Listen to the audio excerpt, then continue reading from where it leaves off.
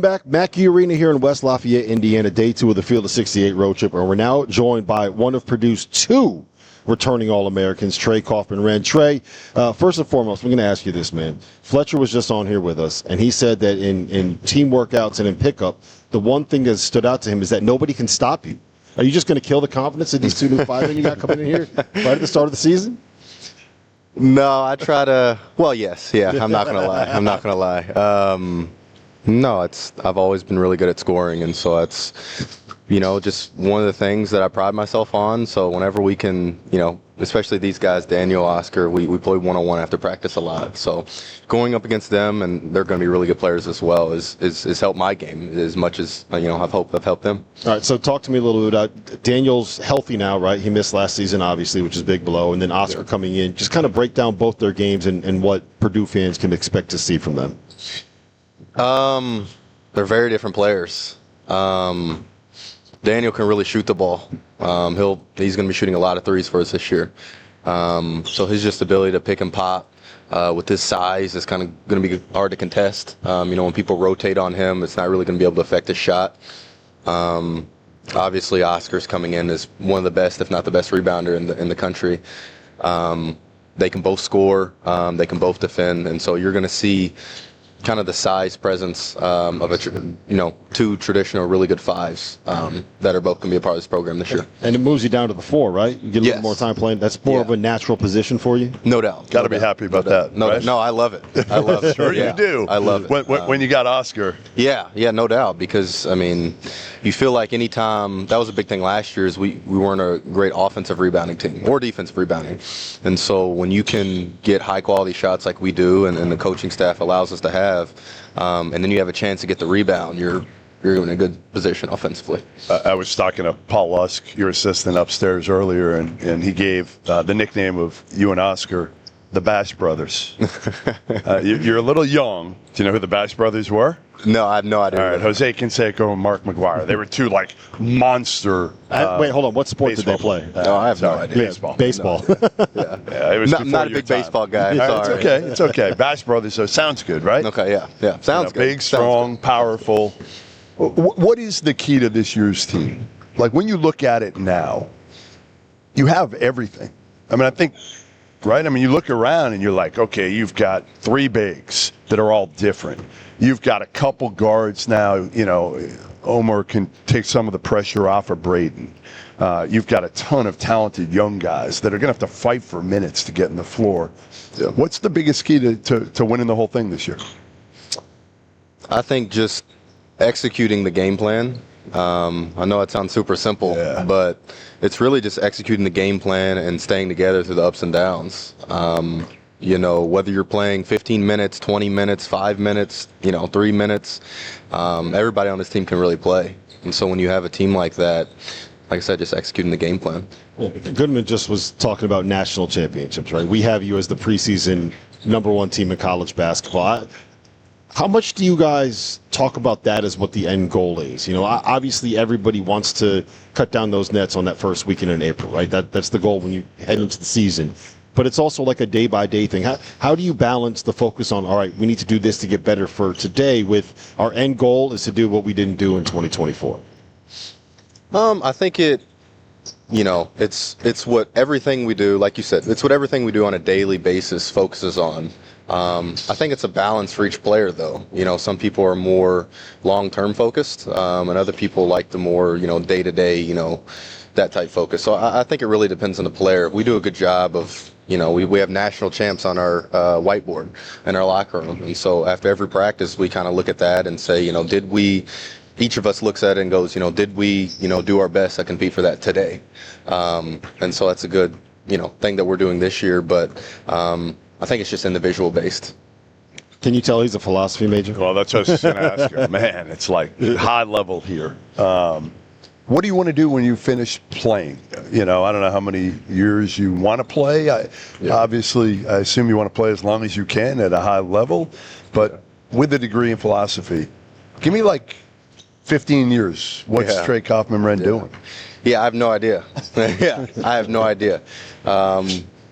I want to help people, and I want to make money doing that. Good. That's a good combo. Hey, that's a hell of a combo. Yeah, no doubt. But yeah, I really feel passionate about being able to help somebody, whether that's, obviously in a group setting, in a visual setting, whatever that looks like. I want to be able to do that, and I want to be able to make a living off of that. So it's really that broad for me. But although I love basketball and it's been my personal passion, my girlfriend, for example, she's a nurse. My mom's a teacher. So like those bring me. You've been around it. Yeah, I've been around it. Yep. So like those bring me more joy, and I feel more value to those things than basketball. Like I said, I love it. I want to people. Giving to people. Yeah. So like how now? Give me an example of something you've done maybe recently to be able to impact somebody or a community. Yeah. Well, the biggest thing is during this off season, I had a camp, a basketball camp for the kids in my community. So it was a camp ran by my family. Those are the people who were actually running the camp. So just being able to put something like that on and being able to talk to the kids about just little tips and things that I wish I would know at their age. I hope that was really impactful. That was the purpose of it. I think my favorite thing about this Purdue program and watching it from afar is seeing guys get better year over year over year. I would argue the player development here is as good as any in the country, if not the best in college basketball. When you look at what Zach turned into based off of what he was when he was recruited and what Braden's turned into, and I think you are a great example of that, right? A lot of that was probably just going from averaging 6 to averaging over 20. A lot had to do with the fact that there wasn't the big guy named Zach Edey kind of taking up a lot of those touches, but I think it's inarguable. You have gotten better as a player year over year over year since you've been at Purdue. Why is that? Where does that come from, that player development? Well, it starts from, Coach Painter. We do a DISC assessment of the players that he recruits. So it's just a personality test. And so first off, it starts with recruiting the right guys. So he always recruits workers, people who put in work on their own. So that helps a lot of it. The other thing is, I think he's the most intelligent coach in college basketball. We would agree. And so Most intelligent? most intelligent coach. And So just basketball like you were talking about, right? well, yeah, he's also an intelligent person. But no, especially in basketball IQ, just knowing the game, being a student of the game. Just as much as he's a coach, he's also a student.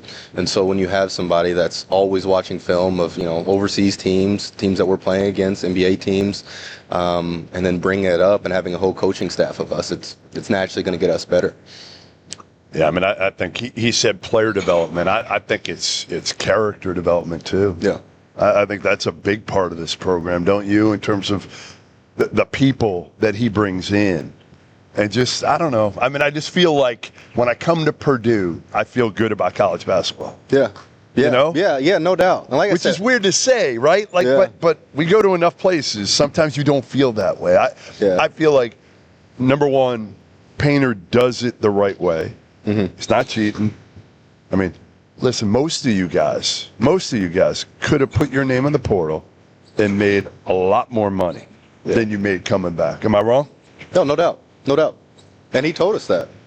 That's the thing. He's kind of straight up, He's right? straight up honest. Right? I mean, he's not going to. Yeah. A lot of coaches are car salesmen.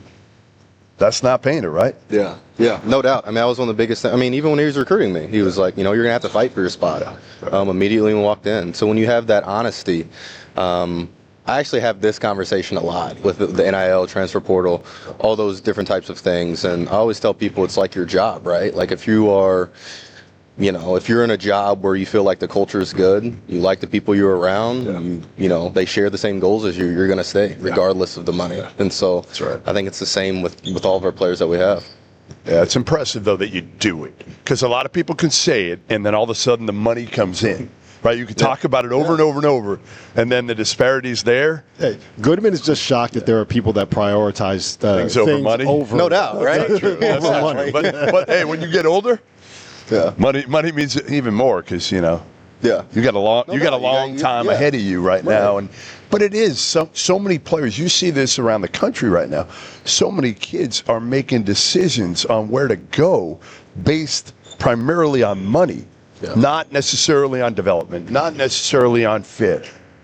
Yeah. And it can backfire. Right. I 100% agree with that, but I also think it's not like money's not a factor either, right? When you're making Sure. the amount of money that players are making now, it's not only you, it's your relationships, it's your family, it's all these people that you're now It can be life you can changing. take care of. It's a life changing, yeah. Right. So the reason I made the decision was, like I said, culture, all those things, but it was also the best situation for me.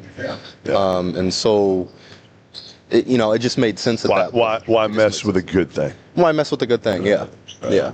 I think it's also the long term. You got to be able to look at this as like a 10-year view, right? Right. If you transfer, you're going to a new coach, a new program. You got to learn a new system. You got to learn a new. And you're losing this. You're losing the relationship you have with everybody in Purdue, No doubt. potentially. Yeah. Which, let's face it, in 10, 15 years, you've got a network here. Yeah. It's going to take care of you. Yeah. Yeah. No doubt. No doubt. that helps it's- too. Yeah. So why did you pick Purdue initially? Because I didn't realize this. You're from Sellersburg, Indiana, right? That's basically Louisville. I didn't realize that it was basically Louisville until I looked at where it was on a map. How did you end up at Purdue? And were you always a Purdue fan or No, I didn't know Purdue was a school until later on in high school, to be honest with you. No, I picked it because, like I said, I talked to all the coaches, and Coach Paint seemed the most honest and the most knowledgeable about basketball. And I wanted to go to a school where I was going to put me in the best position to win and play in the NBA. It was that simple. So I didn't care if it was across the country, if it was right near me, it was wherever. I wanted to go to a school that put me in a position to win and give me a chance to go to the NBA. You brought in a guard from Israel, Omar Meyer, who's going to take some pressure off of Braden. He came here, had a great summer. It's probably more of a league guard than anything, but he kind of came here, play a combo. We know Braden's going to have the ball in his hands most of the time. How much do you think this is going to help Braden down the road in terms of maybe in February and March to have somebody to take some of that pressure off him? I think it's going to be big time. I think it's really going to be big time. And he's still learning the Purdue system, especially with me in short rolls and making different types of passes. But he's already improved so much. And I think getting Braden off the ball as much as possible is going to be really big because he's so special on the ball. He's one of the best. I think he's one of the best point guards, that we've seen in college basketball. And so when you have that combination and have him as an off-ball threat as well, I think it just makes our team special. Yeah. Coming with the real hot takes, Braden Smith, one of the best point guards in college basketball. No doubt. Ever. Ever. Maybe ever. He said it. I'll go further. I think he's the best since Bobby Hurley that we've seen in college basketball. Which is crazy given the way he came in through college basketball where nobody knew who the hell he was. Yeah. Crazy. Yeah. Listen,